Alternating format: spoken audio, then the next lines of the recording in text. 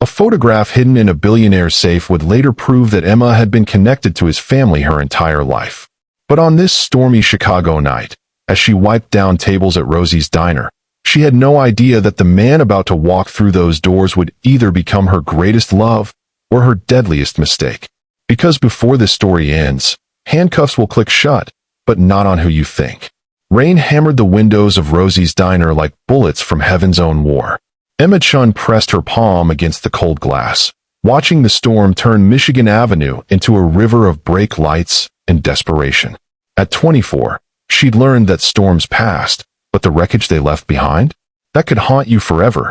Table 12 needs more coffee, barked Murphy, the night manager, his voice cutting through the diner's familiar symphony of sizzling grills and clinking plates. Emma grabbed the pot, her fingers cramping from hours of refills and forced smiles. 2 jobs, 16-hour days. Student loans that grew like cancer cells, multiplying faster than she could kill them. This wasn't the life she'd dreamed of when she graduated summa cum laude, but dreams didn't pay rent in Chicago. The bell above the door chimed, and Emma looked up from pouring coffee for the truckers at table 4. What she saw made her pause mid-pour. A man in a charcoal suit that probably cost more than her monthly salary stood in the doorway, rain dripping from his dark hair. But it wasn't his obvious wealth that caught her attention. It was the way he carried himself. Like someone who'd learned that power meant never showing weakness, even when you were drowning. Behind him, partially hidden by an umbrella, was a boy in a wheelchair. Emma set down the coffee pot and grabbed 2 menus, approaching their table by the window. Up close, the man's face was all sharp angles and controlled intensity. His eyes, steel gray and calculating, swept the diner like he was assessing a business acquisition. Evening, Emma said, placing the menus down. Rough night to be out. The man, she'd already pegged him as someone whose name appeared in the business section, barely glanced at her. Coffee. Black. And he looked at the boy for the first time since they'd entered. What do you want, Michael? The boy, maybe 8 years old with sandy hair and his father's gray eyes, stared at his placemat. Hot chocolate, please. With marshmallows. His voice was so quiet Emma had to lean in to hear him. Something about the careful way he spoke, like he was used to being ignored, made her chest tighten. Coming right up, she said, offering Michael a genuine smile. I make the best hot chocolate in Chicago. Secret ingredient. For the first time, the boy looked up. What's the secret? If I told you, it wouldn't be secret anymore, Emma winked. But I'll give you a hint. It's not something you can buy. A tiny smile crept across Michael's face, and Emma felt something shift in her chest. This kid was carrying weight no 8-year-old should bear. As she walked back to the coffee station, she caught fragments of their conversation. The Peterson deal closes Monday. I need those contracts reviewed by. Dad. What? Never mind. Emma's heart clenched. She'd seen neglect before. Hell, she'd lived it. But there was something particularly cruel about a father who treated his disabled son like an inconvenience. She returned with their drinks, setting the hot chocolate in front of Michael with extra marshmallows. There you go, sweetheart. The man, she'd decided to call him Mr. Ice, was already back on his phone, barking orders about market projections and hostile takeovers. Michael picked up his spoon to stir the chocolate, but his hands were shaking slightly. The spoon slipped and clattered to the floor.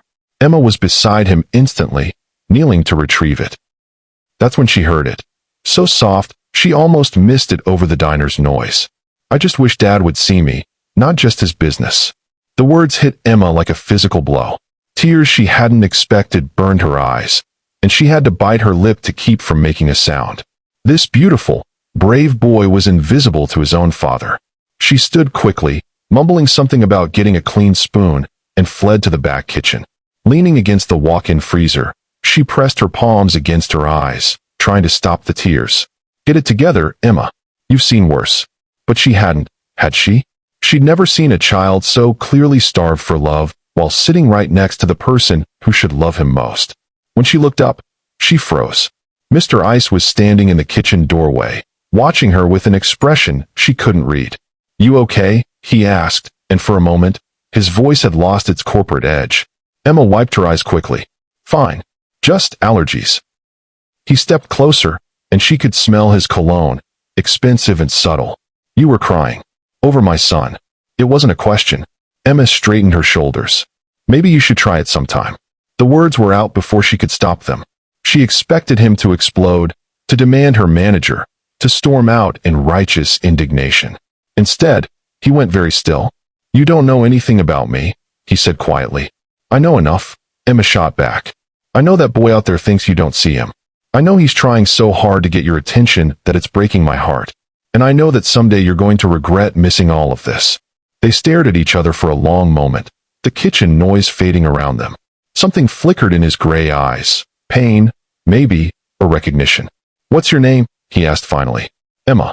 Richard Lawson. He extended his hand, and when she shook it, his grip was firm and warm. Would you sit with us? For a few minutes. Emma blinked. I'm working. I'll clear it with your manager.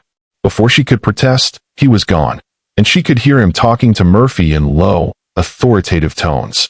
Money, apparently, bought a lot of exceptions to diner policy. When she returned to their table, Michael's face lit up like Christmas morning. You're sitting with us? Just for a little while, Emma said, sliding into the booth across from him. Richard settled beside his son, and Emma noticed he was sitting closer than before. Tell me about yourself, Michael, Emma said, ignoring the way Richard was watching her with laser focus. What's your favorite subject in school? Science, Michael said immediately. I want to study space. Dad says it's not practical, but I think there might be life on other planets, and maybe they have families who actually. He stopped abruptly, glancing at his father. Actually what? Emma prompted gently. Nothing. Emma's chest tightened again. I had a little brother who loved space too. He used to say that somewhere out there, the stars were arranging themselves into messages just for him. Had. Michael's voice was small. He died when he was 9. Car accident. Emma's voice caught slightly. But I think he's probably up there right now, reading those star messages.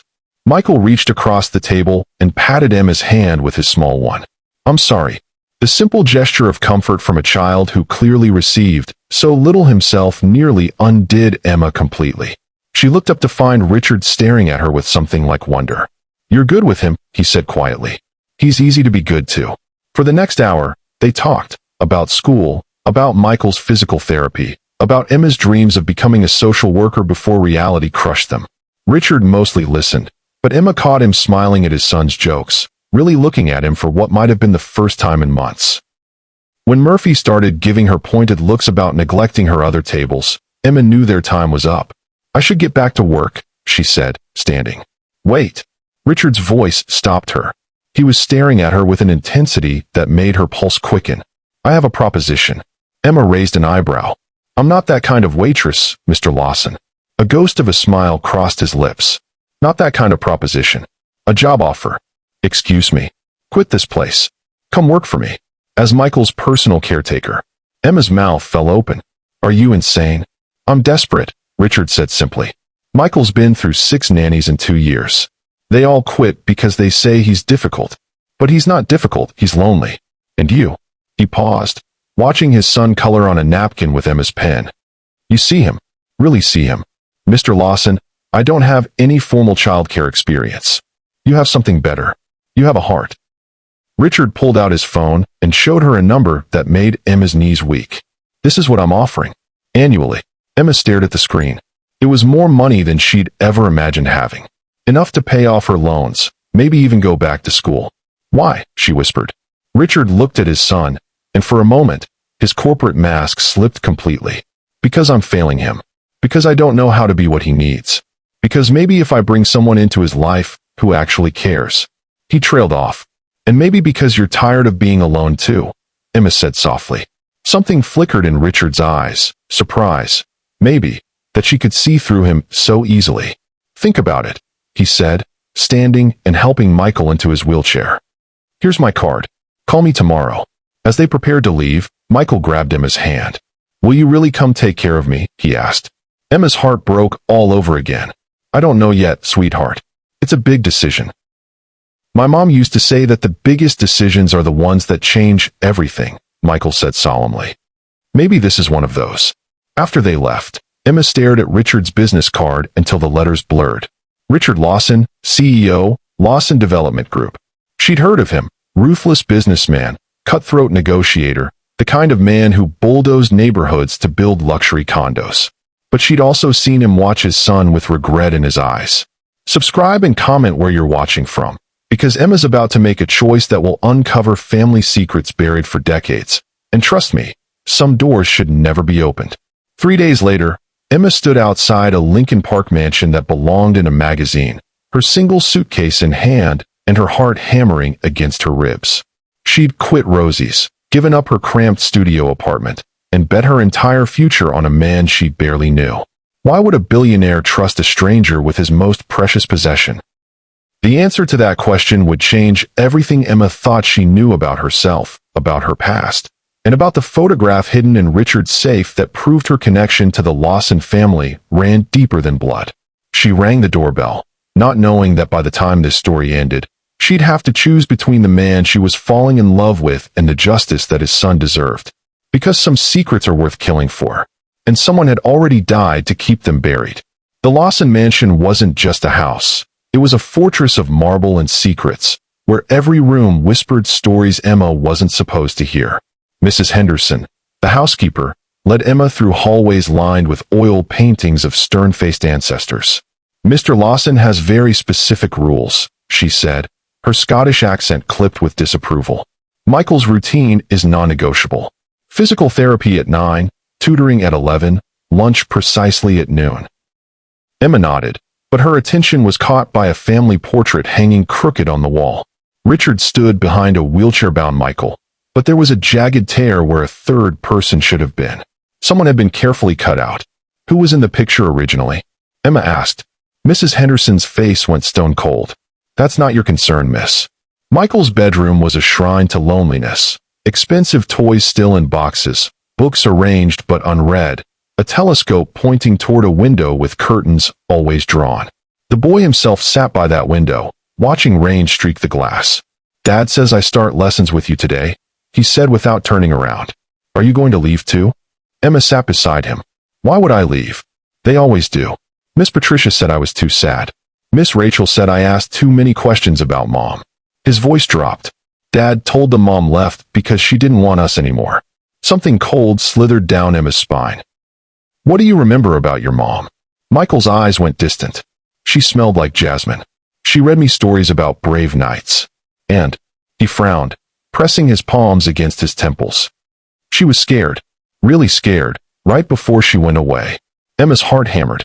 Mothers didn't abandon disabled children out of nowhere. They fled from danger. Over the next few days, Emma noticed things that made her skin crawl. Richard controlled everything: Michael's diet, his social interactions, even which books he could read. Staff members spoke in whispers and avoided eye contact. And late at night, Emma heard Richard on phone calls that made her blood freeze. "The Peterson project needs to move faster. I don't care what it costs. Some problems disappear permanently if you handle them right." Emma pressed her ear to her bedroom door, trying to catch more, but the conversation had moved to his study. The breakthrough came when she was helping Michael with his physical therapy. He was struggling with his leg exercises, frustrated tears streaming down his face. "I hate being broken," he sobbed. "You're not broken, Michael. You're strong. Stronger than anyone I know. Mom used to say that too." He wiped his nose. "She said my legs didn't work, but my heart was bigger than anyone's." Emma knelt beside him. "Tell me more about her." "She had long dark hair, like yours. And she painted beautiful pictures of flowers and birds." Michael's face clouded. "But Dad burned them all after she left. He said they reminded him of lies." Emma's chest tightened. "Do you remember anything else? About when she left?" Michael's hands started trembling. There was shouting. Lots of shouting. Mom was crying. And she kept saying, "Please, Richard," not in front of Michael. And then, he pressed his hands against his ears. Then there was a terrible sound, like metal hitting metal, and Mom stopped making any sound at all. Emma's blood turned to ice water. That wasn't the sound of someone leaving. That was the sound of someone dying. That night, Emma couldn't sleep. She crept downstairs to the kitchen for water and heard voices coming from Richard's study. The door was cracked, and through the gap, she saw Richard with 2 men in expensive suits. The investigative report on Emma Chun, one of them said, sliding a folder across Richard's desk. "She's clean, but there are some interesting connections."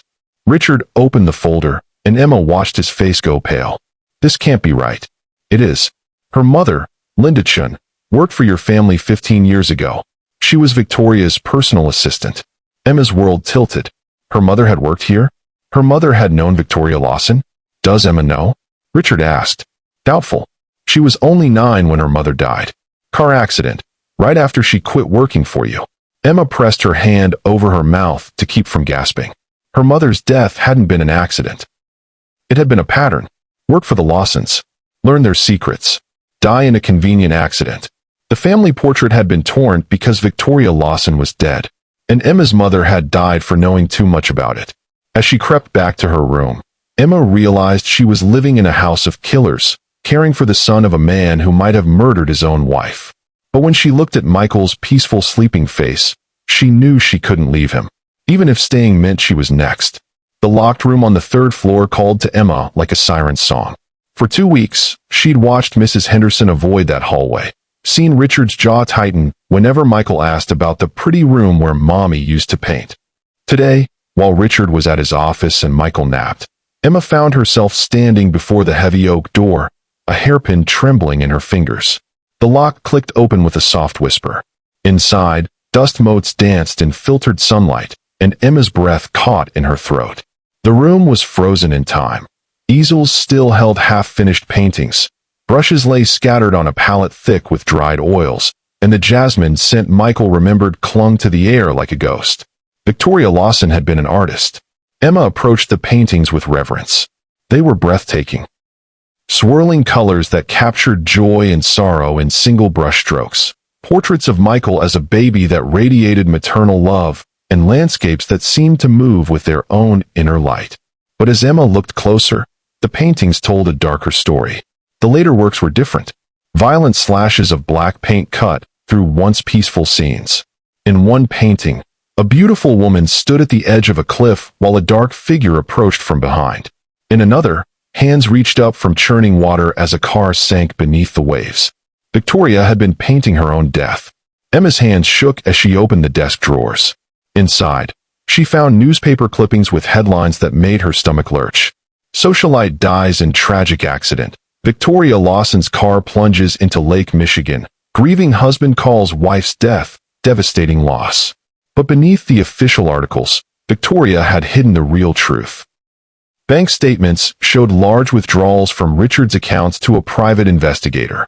Phone records highlighted calls to a divorce lawyer. And tucked inside a hollowed-out art book was a letter that made Emma's blood turn to ice. If something happens to me, know that it wasn't an accident. Richard discovered I was planning to leave with Michael.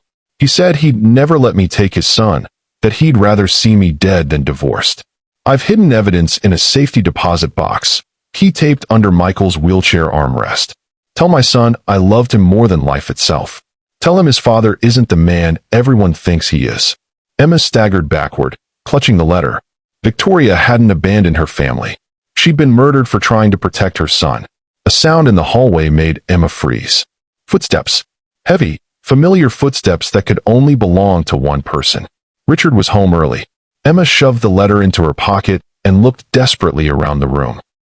There was nowhere to hide, no other exit. The footsteps were getting closer, and she could hear Richard talking on his phone. Yes, I want the Peterson building demolished by Friday. I don't care about the families living there. Progress requires sacrifice. The footsteps stopped right outside the door.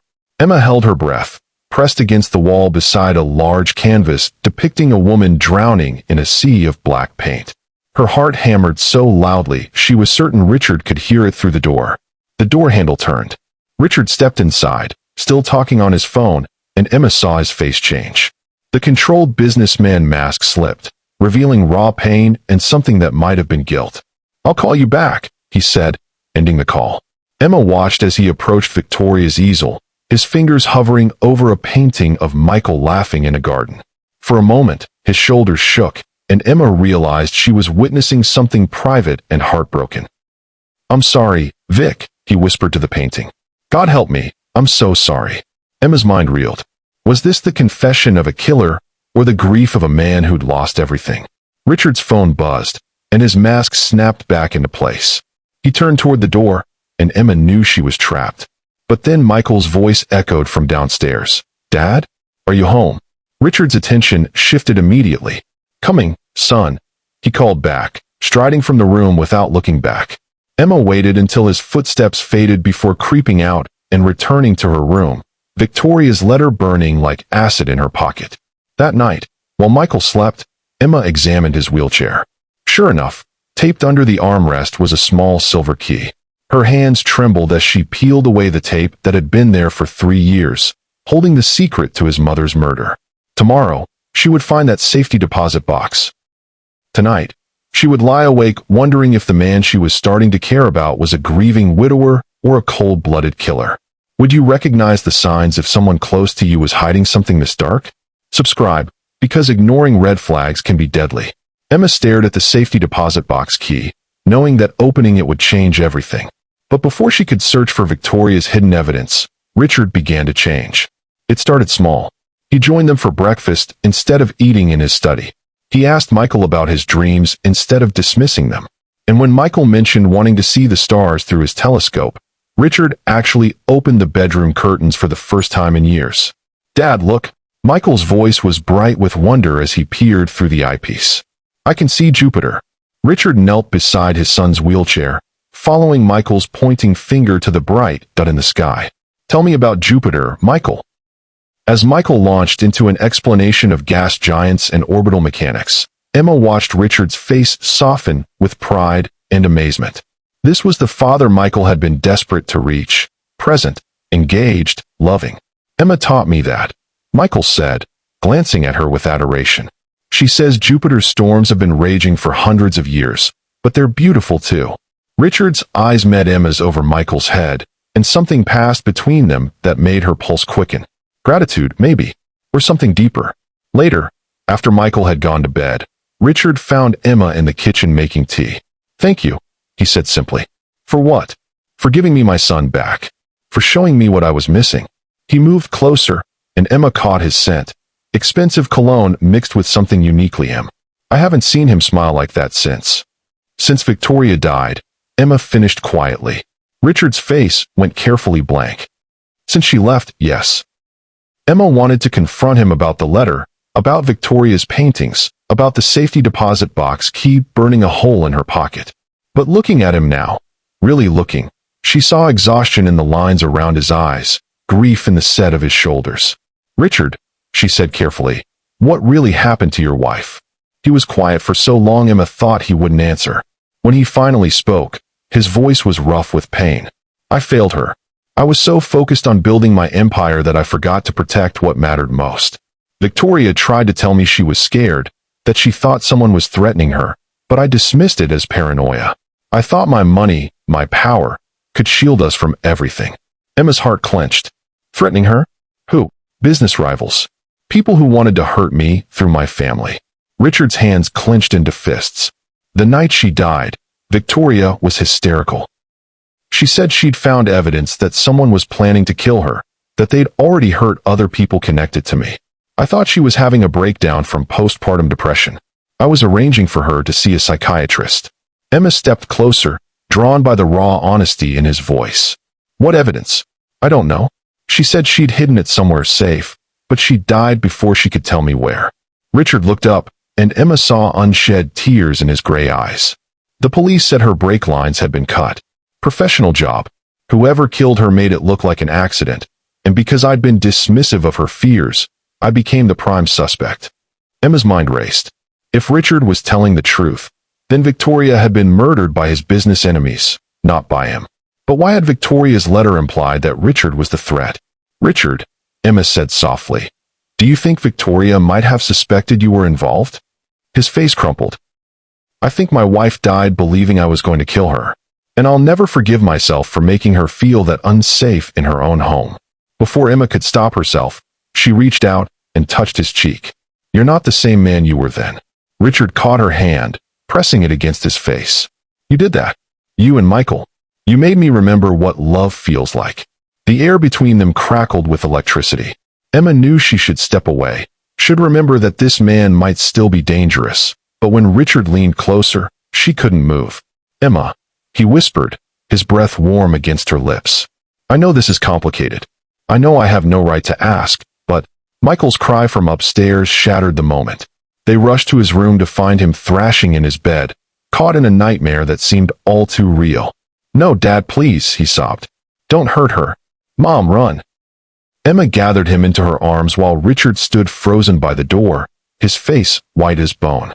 "It's okay, sweetheart," Emma murmured, rocking Michael gently. "You're safe. It was just a dream."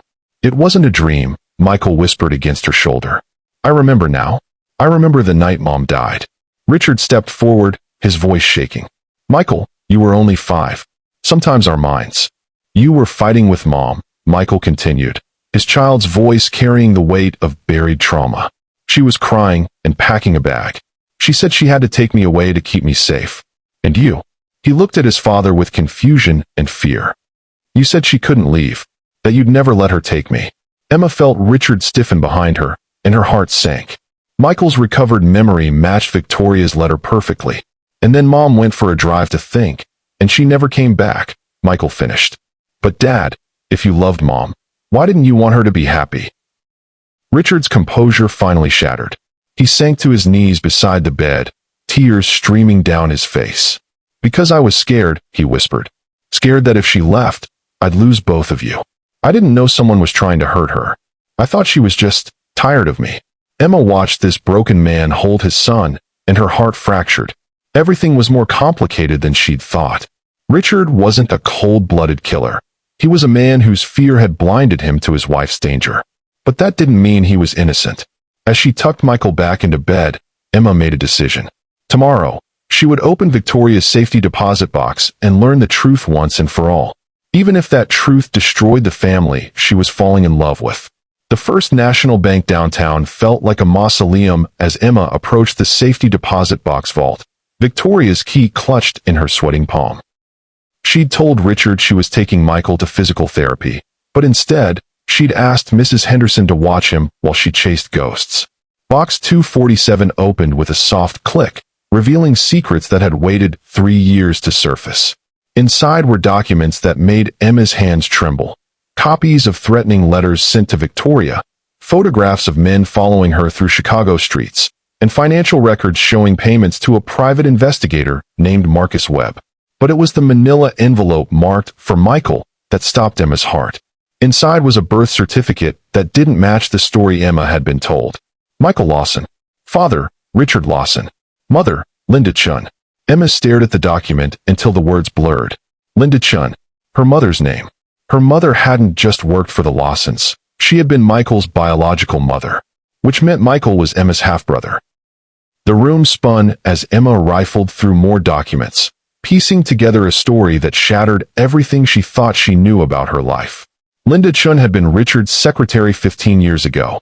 They'd had an affair that resulted in pregnancy. But Richard was already married to Victoria, a society wife who couldn't have children due to a riding accident. The arrangement had been clinical. Linda would carry the baby to term, sign away her parental rights, and disappear with a substantial payout. Victoria would raise Michael as her own, and no one would ever know the truth. But something had gone wrong. Emma found her mother's handwritten notes, and her heart shattered as she read. "Victoria is a wonderful mother to Michael, better than I could ever be. But Richard has changed. He's become controlling, obsessive. Victoria called me yesterday, terrified. She says he's been having people followed, making threats against anyone who opposes him. She's afraid for Michael's safety." The final entry was dated the day before her mother died. Victoria has evidence that Richard had his business partner killed for trying to back out of a deal. She's planning to take Michael and run, but she needs my help. I've agreed to testify against Richard if necessary. Michael deserves to grow up safe, even if it means destroying the man who gave him life. Emma's hands shook as she reached for the last item in the box, a photograph that made her blood freeze. It was her mother holding baby Michael, but that wasn't what stopped Emma's heart. Standing behind them, his hand possessively on Linda's shoulder, was Richard. But his eyes weren't on the baby or on Linda. He was staring directly at the camera with the cold, calculating expression of a man planning murder. On the back, someone had written, "Richard Lawson, 1 month before Linda's accident." Emma stumbled out of the bank, her world tilting on its axis. Michael wasn't just the boy she'd grown to love. He was her baby brother, the child her mother had given up to protect. Victoria hadn't been Michael's biological mother, but she died trying to save him from Richard's increasingly violent business practices. And Emma's mother had been killed for threatening to expose the truth. As Emma sat in her car, trying to process the revelation, her phone buzzed with a text from Richard. Had to leave early for a business meeting. Michael is asking for you. He says he has something important to tell you about his mother. Emma's blood turned to ice. Michael was remembering more. And if Richard realized how much his son knew. She drove back to the mansion with her heart hammering, the photograph and documents hidden in her purse like evidence of sins that reached back 15 years. When she arrived, she found Michael in the garden, sitting by a fountain with a photo album in his lap. Emma. His face lit up when he saw her. Look what I found hidden in my room. Emma sat beside him, and her heart stopped when she saw what he was holding. It was a picture of her mother, young, beautiful, and very pregnant, standing in the same garden where they sat now. Do you know who this is? Michael asked innocently. Mrs. Henderson said she used to work here, but she wouldn't tell me her name. Emma's throat closed. What? What else did Mrs. Henderson tell you? She said this lady was very kind to her. That she used to sing lullabies in a language Mrs. Henderson didn't recognize. Michael traced the photo with his finger. She looks a little like you, Emma. Do you think that's silly? Family secrets this deadly don't stay buried forever. What if someone's been watching you your whole life, and you never knew? Subscribe before you become the next target. Emma was about to answer when she heard footsteps on the gravel path behind them. She turned to see Richard approaching, his face unreadable in the afternoon shadows. Michael, he said calmly, why don't you go inside? Emma and I need to talk. As Michael wheeled away, clutching the photo album, Richard sat beside Emma on the fountain's edge. You went to the bank today, he said quietly. Box 247. Emma's heart hammered. How did you? I've been having you followed since the day you arrived. Richard's voice was eerily calm. Did you really think I'd hire someone to care for my son without knowing everything about them? Emma's hand drifted toward her purse, where Victoria's evidence lay hidden. What do you want, Richard? I want to know what you found. And then I want you to understand why none of it matters anymore. Richard pulled out his phone and showed Emma a photograph that made her blood freeze. It was Michael, asleep in his bed, taken from inside his room just hours ago. Beautiful boy, isn't he? Richard said conversationally. It would be a shame if something happened to him. Especially now, when he's finally happy. Emma stared at the man she'd been falling in love with and saw a stranger. You're threatening your own son? I'm protecting him. Just like I protected him from Victoria's hysteria, from your mother's greed, and from anyone else who's tried to take him from me. Richard's mask finally slipped completely, revealing the cold predator beneath. Michael is mine, Emma. He always has been. And I'll kill anyone who tries to change that. Emma realized with crystalline clarity that she wasn't just living with a killer. She was trapped by one. And Michael, her baby brother, the child her mother died trying to save, was still in danger from the monster who'd fathered him. Emma had 48 hours to figure out how to save Michael before Richard's threats became reality. But as she sat in her room, staring at the photograph of her mother holding her baby brother, she realized she wasn't fighting this battle alone. Someone was watching the mansion. She'd noticed the black sedan parked across the street for 3 days now, different drivers, but always there. At first, she'd assumed it was Richard's security. Now, as she watched a woman with platinum blonde hair step out of the car, Emma wondered if salvation had just arrived. The woman was stunning in the way that money could buy, designer clothes, perfect posture, and the kind of confidence that came from never being told no. But there was something predatory in her movements as she approached the mansion's front door. Emma crept to the top of the stairs to listen as Mrs. Henderson answered the bell. I'm here to see Richard Lawson, the woman said, her voice carrying a slight European accent. Tell him Helena Moreau is here about Victoria. Emma's heart stopped. Victoria's sister. The sister who'd been in Europe when Victoria died, who'd never attended the funeral, who'd vanished from Richard's life completely. Helena was back, and she was carrying a briefcase that looked like it contained secrets worth killing for. Emma watched from the shadows as Richard emerged from his study, his face going white when he saw Helena standing in his foyer like an avenging angel. Helena, he said carefully. This is unexpected. Is it? Helena's smile was sharp as glass. Did you really think I'd let my sister's murder go unpunished forever? Your sister died in an accident.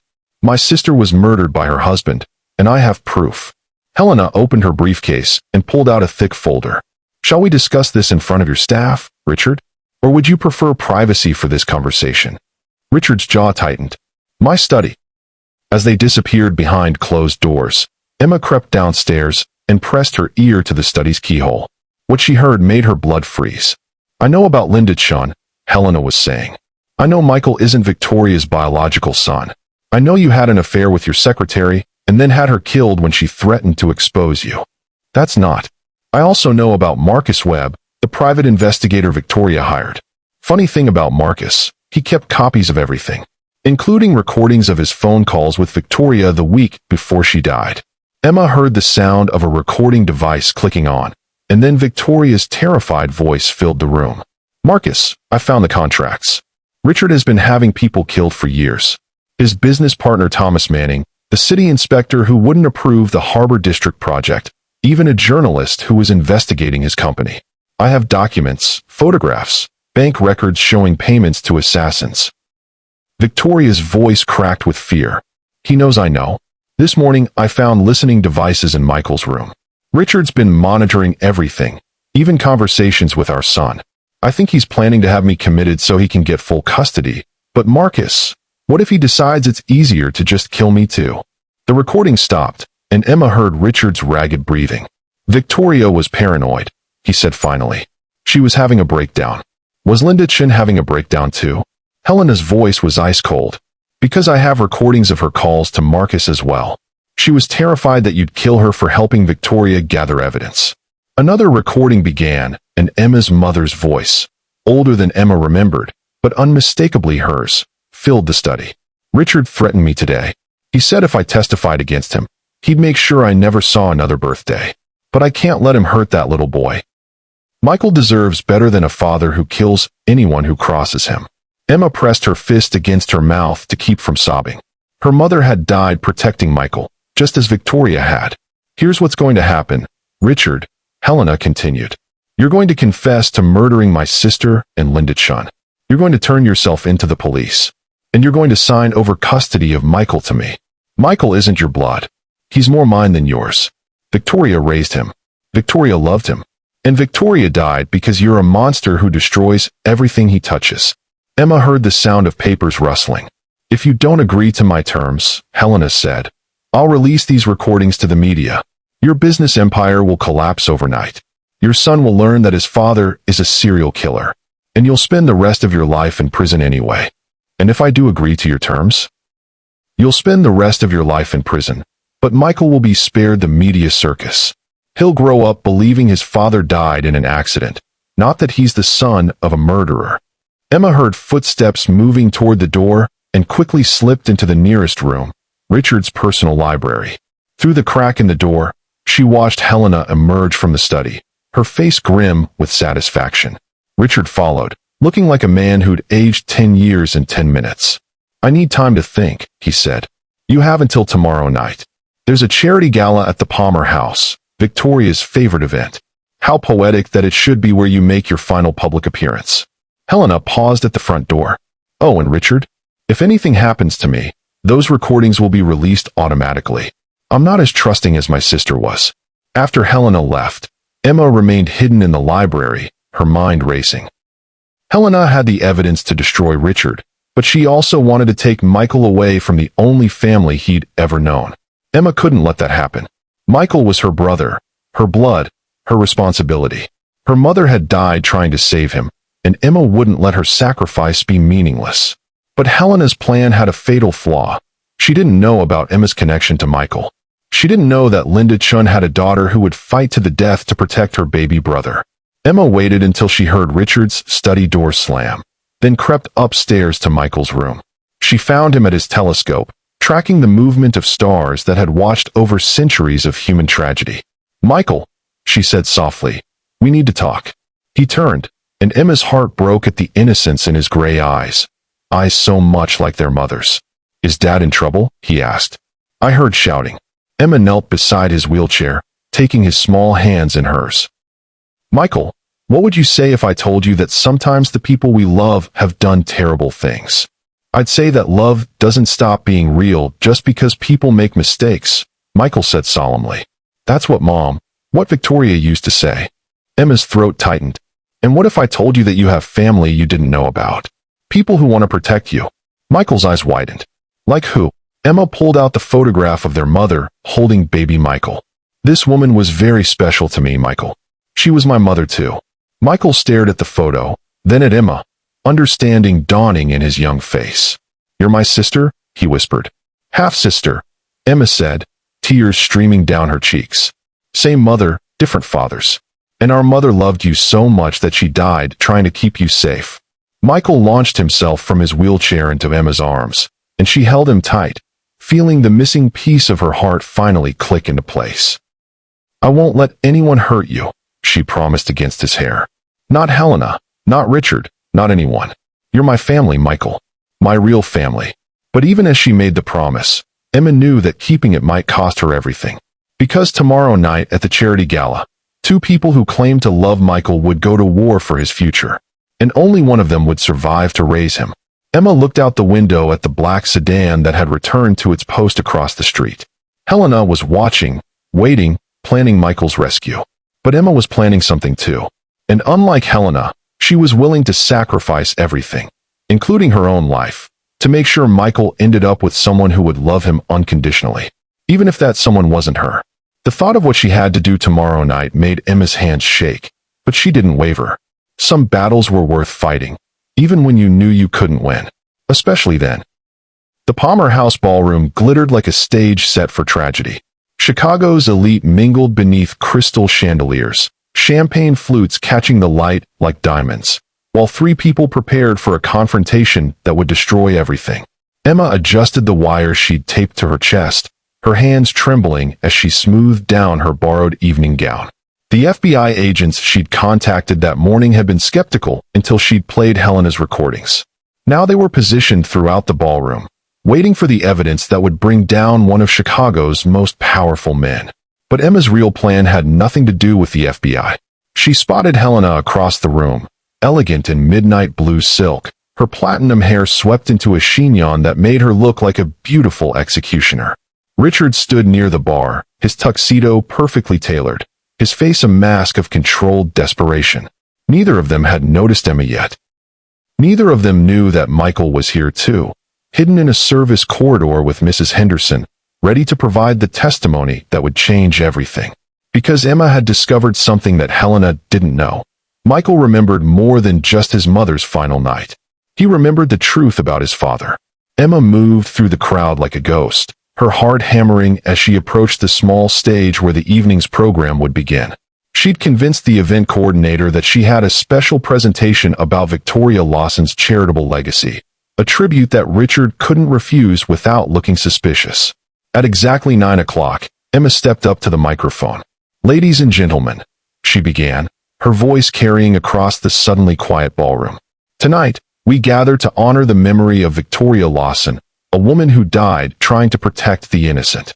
Richard's face went white. Helena's eyes narrowed with calculation. The FBI agents moved closer to their positions. Victoria believed that the truth had power. Emma continued. That secrets, no matter how deeply buried, eventually surface. Tonight, her belief will be proven right. She nodded toward the service door, and Mrs. Henderson wheeled Michael onto the stage. The sight of the boy, pale but determined, wearing his father's eyes but his mother's courage, sent a murmur through the crowd. This is Michael Lawson, Emma said, placing a protective hand on his shoulder. Victoria's son. Tonight, he has something to say about the night she died. Richard stepped forward, his voice sharp with panic. This is inappropriate. My son has been through enough. Let him speak, Helena called out, moving closer to the stage. Let the boy tell the truth. Michael looked up at Emma, who nodded encouragingly. Then he leaned toward the microphone, his young voice carrying clearly through the hushed ballroom. My dad didn't kill my mom, he said simply. Emma felt the world tilt. This wasn't what Michael had told her in rehearsal. Helena did. The ballroom erupted in shocked whispers. Helena's face went rigid with fury, while Richard stared at his son in amazement. Michael continued, his child's voice steady despite the magnitude of his revelation. I remember that night now. All of it. Helena came to our house after Mom died. She was crying, but they weren't sad tears. They were angry tears. Emma's mind raced as she realized Michael was changing the script, telling a truth she hadn't expected. She said Mom was stupid for trying to leave Dad. She said Mom deserved what happened because she was going to take me away from the family. Michael's voice grew stronger. But Helena didn't want Mom to take me because she loved me. She wanted Mom gone because she loved Dad. Helena stepped forward, her mask of composure cracking. You don't know what you're saying, child. You were traumatized. I know you cut the brake lines, Michael said quietly. I saw you in the garage that afternoon. You had tools, and you were crying and saying, I'm sorry, Victoria, but he'll never choose you over his empire. You thought if Mom died, Dad would need you to help raise me. The FBI agents were moving now, surrounding Helena as the truth exploded through the ballroom like shrapnel. Emma stared at Helena in horror, pieces falling into place. Helena hadn't returned to seek justice for her sister's death. She'd returned because Richard was finally healing, finally learning to love again. And Helena couldn't bear the thought of losing him to another woman. You killed Victoria because you were in love with Richard, Emma breathed. Helena's beautiful mask finally shattered completely. Victoria never appreciated what she had. She wanted to destroy Richard, take his son, ruin everything he'd built. I saved him from her betrayal. You murdered your own sister, Richard said, his voice hollow with shock and disgust. I freed you from a woman who never understood your vision. Helena's voice rose to a scream. Victoria was weak, ungrateful. She had everything, your name, your protection, your son, and she wanted to throw it away. Emma suddenly understood the recordings Helena had played for Richard. They weren't evidence of his guilt. They were evidence of Victoria's investigation into Helena's crimes. Victoria had been gathering proof that her own sister was a killer. The business murders, Emma said, her voice cutting through Helena's hysteria. Thomas Manning, the city inspector, the journalist. That was you, wasn't it? You were protecting Richard's empire by eliminating threats. Helena's laugh was bitter and broken. Someone had to. Richard was too soft, too hesitant. He'd agonize over every decision while his enemies circled like vultures. I did what needed to be done. Richard stepped toward Helena, his face twisted with horror. You're insane. I never asked you to kill anyone. I never wanted. You never had to ask. Helena pulled a gun from her purse, and the ballroom erupted in screams as people dove for cover. I knew what you needed even when you didn't. I've been protecting you for 15 years, Richard. Cleaning up your messes, eliminating your problems. The FBI agents had their weapons drawn, but Helena had positioned herself near the stage where Michael sat frozen in his wheelchair. Even Linda Chun, Helena continued, her voice now eerily calm. Sweet, naive Linda who thought she could blackmail you with her pregnancy. I made sure that problem disappeared permanently. Emma's blood boiled with rage. She was trying to protect her son. She was trying to destroy Richard's marriage. Just like Victoria. Just like you. Helena's gun swung toward Emma, and everything slowed to crystalline clarity. In that moment, Emma saw her choice with perfect clarity. She could let the FBI handle this, trust that they'd save everyone. Or she could do what her mother had died trying to do, protect Michael at any cost. Emma threw herself forward just as Helena pulled the trigger. The bullet meant for Michael struck Emma in the chest, spinning her around and sending her crashing into the stage's edge. Through the haze of pain and shock, she saw FBI agents swarming Helena, heard Michael screaming her name, felt Richard's hands pressing against her wound. Emma, stay with me. Richard's voice was desperate, broken. Don't you dare leave him. Don't leave us. Emma looked up at Michael, her baby brother, tears streaming down his young face as he reached for her with trembling hands. I'm okay, she whispered, though they all knew it was a lie. You're safe now. That's all that matters. Justice served, but was it the right person? When the truth comes out, will you be prepared for what it reveals about people you trust? Subscribe for the finale. As the paramedics worked to save Emma's life, she watched Helena being led away in handcuffs, her beautiful face twisted with rage and madness. The woman who'd killed 2 mothers in her obsession with a man who'd never loved her back. Emma's vision was fading, but she could hear Michael's voice, strong and clear, cutting through the chaos. Emma's my sister. My real sister. and she saved me just like our mom would have wanted. The last thing Emma saw before darkness claimed her was Richard holding Michael's hand, both of them looking at her with the kind of love that made every sacrifice worthwhile, even if she didn't survive to see the family they could become. The bank vault's fluorescent lights cast harsh shadows as Howard Blackstone revealed his true face. 60 years of kindness stripped away to expose the monster beneath. Emma clutched Nathan's hand, both of them trapped 20 feet underground with the architect who'd orchestrated their family's destruction. You want to know the beautiful irony? Howard's grandfatherly voice had turned ice cold. I've been managing Margaret Rose's safety deposit box since the day she died. Every year, I'd come down here and look at the fortune I couldn't touch without the proper air. Nathan pressed his bleeding shoulder against the wall. You could have stolen it any time. Stolen? I'm not a common thief. Howard's offense seemed genuine. I'm a businessman. Everything had to be legal, documented, transferable. I needed Margaret Rose's legitimate heir to voluntarily sign over the inheritance. Emma stared at the oil stocks worth millions. You planned for me to find this box. I planned for someone to find it. Your mother was supposed to be that person, but she got too curious about my role at the bank. Had to eliminate her before she exposed my operation. Howard shrugged as if discussing lunch plans. You were a suitable replacement. The vault felt smaller with each passing second. Nathan noticed Howard blocking their only exit, gun trained on them both. The transfer documents are in my briefcase upstairs, Howard continued. Once you sign everything over to my foundation, you'll unfortunately die in a tragic robbery attempt. Very sad story. Young couple killed trying to access stolen family fortune. Emma's fury finally boiled over. Stolen? This money belonged to my great-grandmother. Your great-grandmother was a naive girl who would have wasted billions on charity and sentimental nonsense. I gave that money to people who could multiply it, build empires, create jobs. James Cross turned $5 million into Crosstech Industries. Catherine Sullivan invested her share in legitimate businesses across 6 states. Nathan felt sick. Our entire lives were built on blood money. Your lives were built on smart investments.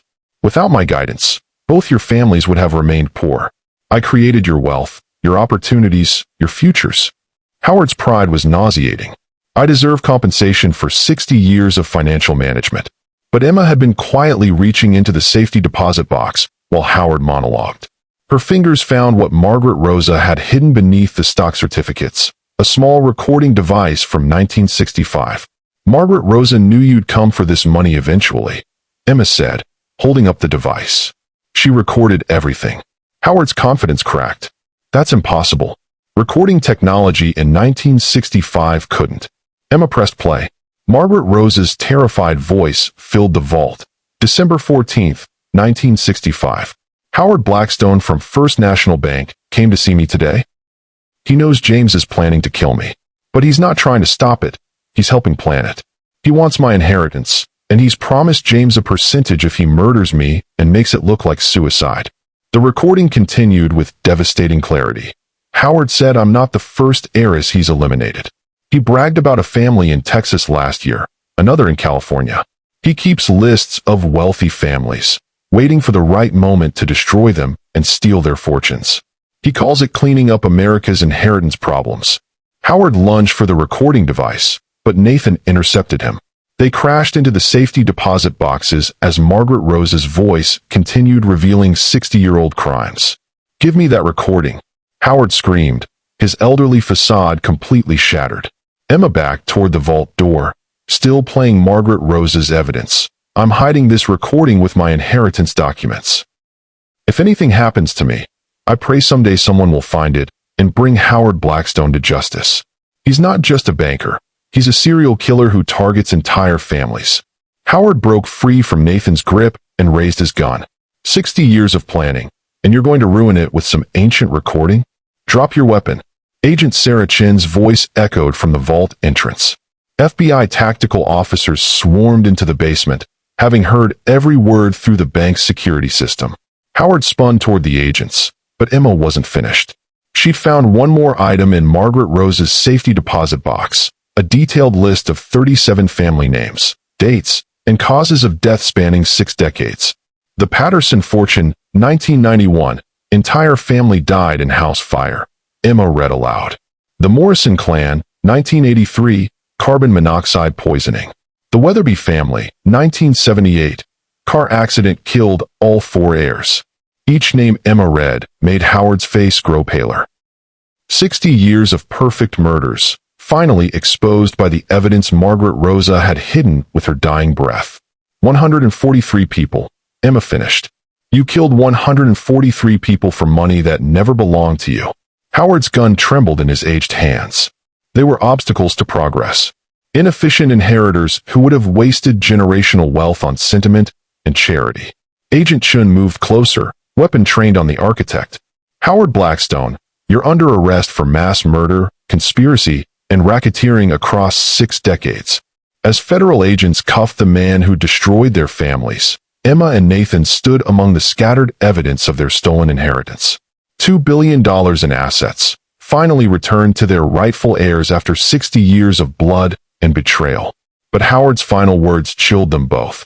You think this ends with me? I have successors, Emma. People I've trained, families I control. The Blackstone Foundation will outlive us all.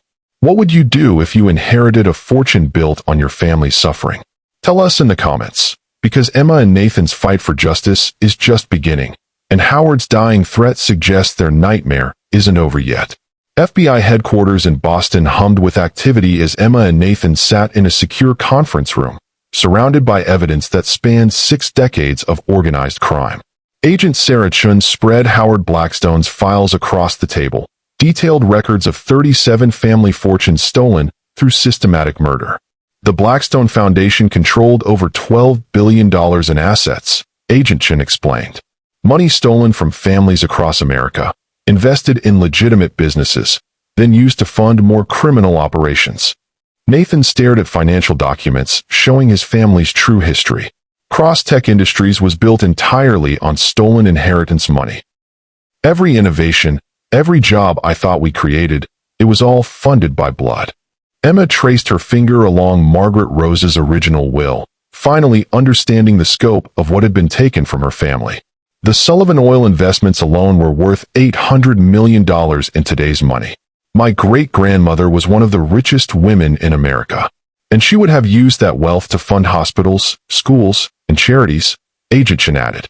We found her original philanthropic plans in Howard's files. He couldn't allow that level of waste, as he called it.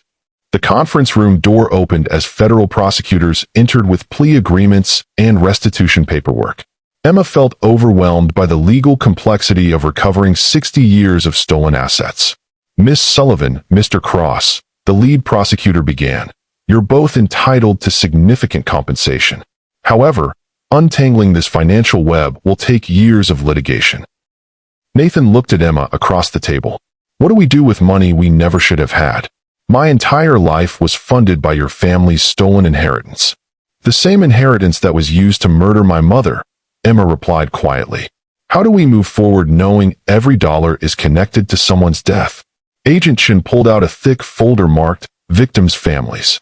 37 bloodlines were eliminated by Howard Blackstone's organization. Some families have distant relatives who never knew they had wealthy ancestors. Others were completely wiped out. Emma studied the list of names: Patterson, Morrison, Weatherby, dozens of others. Each represented entire families destroyed for money. These people deserve justice too. The FBI is establishing a victims' compensation fund, the prosecutor explained. All recovered assets will be distributed to surviving family members or donated to charities the original heirs would have supported. Nathan made a decision that surprised everyone in the room. I want to dissolve Cross-Tech Industries completely. Sell every asset, liquidate everything. The money goes to the victims' fund. Nathan, that's your life's work, Emma protested. My life's work was built on lies and murder. I can't keep $1 knowing where it came from. Nathan's voice was steady despite the magnitude of what he was giving up. What about you? The Sullivan oil inheritance is rightfully yours. Emma looked at the documents that would make her one of the richest women in America. I spent my entire adult life working 3 jobs to pay for medical school. I know what it's like to struggle for every opportunity. She turned to the prosecutor. I want to establish the Margaret Rosa Sullivan Foundation. medical scholarships for students who can't afford school, funding for cancer research in honor of my mother, and support for families affected by violent crime. Agent Chin smiled for the first time since the investigation began. Your great-grandmother would be proud. But Emma's phone buzzed with a text that made her blood run cold. Howard was just the beginning. The Blackstone Foundation has been preparing for his arrest for 20 years. Enjoy your victory while it lasts. A friend. Nathan read over her shoulder. Someone else is still out there. Agent Chin's expression hardened. Howard mentioned successors during his confession. People he trained to continue the operation if anything happened to him. Emma stared at the message. How many people are involved in this conspiracy? We're still investigating. But Howard's organization had contacts in law enforcement, banking, real estate, and corporate finance across the country. We've arrested 43 people so far, but there could be dozens more. Nathan stood up, decision made. Then we keep fighting. Emma, your foundation, and my liquidated assets. We use everything to hunt down the remaining Blackstone operatives. You're talking about dedicating your lives to this investigation, Agent Chin warned. These people have killed for money before. They won't hesitate to target you both. Emma looked at Nathan, seeing the same determination in his eyes that she felt in her heart. My family has been running from these criminals for 60 years. I'm done running. We're done running, Nathan corrected, taking her hand. Outside FBI headquarters, Emma and Nathan walked into the Boston sunshine as billionaire heirs who'd chosen to give everything away for justice. They'd lost their families, their illusions, and their inherited wealth, but they'd gained something more valuable. They'd gained each other, and a purpose worth fighting for. But 3 blocks away, someone watched them through high-powered binoculars and spoke quietly into a secure phone. Targets are committed to the investigation. Phase 2 is authorized. Eliminate them both. Have you ever given up everything for what's right? Drop a comment below, because Emma and Nathan just made themselves the biggest targets in a war they don't even know they're fighting. And the people hunting them have had 20 years to prepare for this moment. The Margaret Rosa Sullivan Foundation's temporary offices occupied the top floor of a Boston high-rise, chosen for its security cameras and limited access points. Emma stood at the floor-to-ceiling windows, watching traffic move through the financial district 40 stories below. The first scholarships will be awarded next month, Nathan said, reviewing applications from pre-med students who reminded him of Emma, brilliant minds held back by financial circumstances. 50 full rides to medical school. Emma turned from the window, struck by how different Nathan looked after giving away his billions. The designer suits were gone, replaced by simple jeans and sweaters. But his eyes held a peace she'd never seen during his cross-tech days. Any word from Agent Chun about the Blackstone investigation? 3 more arrests yesterday. A bank manager in Detroit, 2 lawyers in Chicago, and a real estate mogul in Miami. Nathan joined her at the window. But the text threats keep coming. Whoever's running the remaining operation knows our every move. Emma's phone had been buzzing with anonymous messages for 2 weeks. Photos of her apartment building, Nathan's new address, even pictures of them together at coffee shops. The Blackstone Foundation's successors were making it clear they could strike any time. Maybe we should have accepted FBI protection, Emma said, though they both knew witness protection would end their foundation work. Nathan moved closer, close enough that Emma could feel the warmth radiating from his body. Emma, there's something I need to tell you. Something I should have said weeks ago. She looked up into his eyes, seeing vulnerability that had nothing to do with criminal conspiracies or stolen inheritances. What is it? I know this sounds crazy, given everything we've been through. I know we're third cousins caught in the middle of a 60-year-old murder conspiracy. I know there are people trying to kill us. Nathan's voice grew softer. But somewhere between that first night at Murphy's Diner and standing in that bank vault, I fell in love with you. Emma felt her heart skip beats she couldn't control. Nathan, I fell in love with your strength, your compassion, the way you chose to help other people even after losing everything. I fell in love with how you see the world, not the broken parts, but the parts worth fixing. Emma reached up to touch his face, her fingers tracing the scar from Detroit where glass had cut his cheek. I fell in love with you too. The moment you chose to give up your fortune instead of keeping money that belonged to murdered families. Their kiss was soft at first, tentative, as if they were afraid to claim happiness amid so much tragedy. But when Emma's arms wrapped around Nathan's neck and he pulled her closer, the kiss deepened with all the emotions they'd been suppressing for weeks. For a moment, standing in the Boston sunshine 40 stories above the street, they weren't victims or heirs or crusaders for justice. They were just Nathan and Emma, two people who'd found love in the ruins of their family's lies. The moment shattered when Emma's phone rang with Agent Chen's emergency tone. "Emma, where are you right now?" The agent's voice carried barely controlled panic. "Foundation offices." "What?" "We just intercepted communications about an immediate threat to your location. Blackstone operatives are moving on your building within the next 10 minutes. Nathan grabbed emergency supplies from their safe. Cash, fake IDs, and a pistol Agent Chun had insisted they carry. "How did they find us here?" "The same way they've been tracking you for weeks. Someone inside law enforcement is feeding them information." Agent Chen's voice crackled through the phone. "Emma, Nathan, you need to run. Now." Emma looked at the scholarship applications spread across her desk. 50 lives that could be changed, dreams that could be fulfilled. "We can't leave this work unfinished." "The work doesn't matter if you're both dead," Agent Chen replied. "Get out of there." But as Nathan and Emma reached the elevator bank, the lights went out. Emergency lighting kicked in as the building's fire alarm began blaring. Not a drill, but a coordinated attack designed to create chaos. Through the stairwell door, they heard heavy boots climbing toward their floor. Professional voices coordinating a search and destroy mission.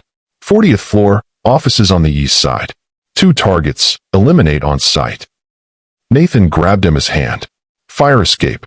The roof. They ran through the foundation offices as armed figures breached the stairwell. Emma clutched her phone as Agent Chen's voice continued. "FBI backup is 12 minutes out. You need to survive until..." Gunshots echoed through the building as the Blackstone operatives reached their floor. Nathan and Emma burst through the roof access door into brilliant afternoon sunlight. 40 stories below, Boston spread out like a model city, beautiful and impossibly distant. "There's nowhere to go," Emma realized, looking at the drop that would kill them instantly.